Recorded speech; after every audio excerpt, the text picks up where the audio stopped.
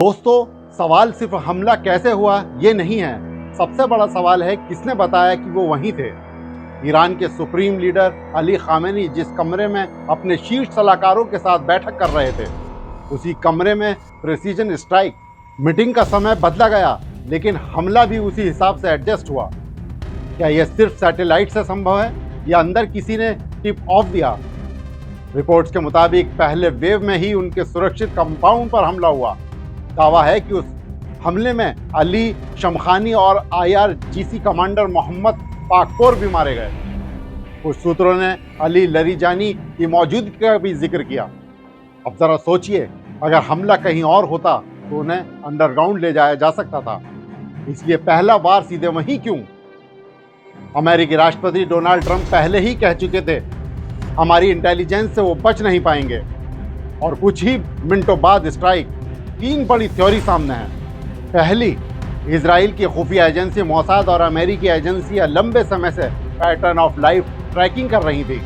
Satellite, drone, network, घुसपैठ सब पहले से एक्टिव थे। दूसरी, मीटिंग का समय बदला गया, फिर भी मिसाइलें सही वक्त पर गिरी। क्या किसी के पास रियल टाइम जानकारी थी? तीसरी, पूरी तरह टेक्निकल ऑपरेशन हुआ।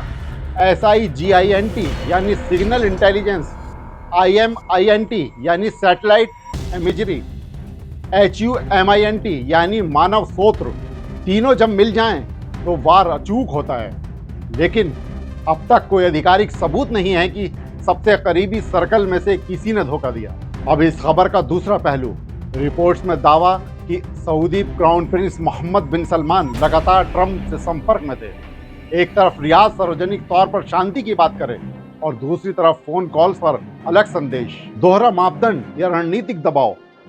भारत में भी गहरा असर। लखनऊ से लेकर कश्मीर तक शोक और प्रदर्शन।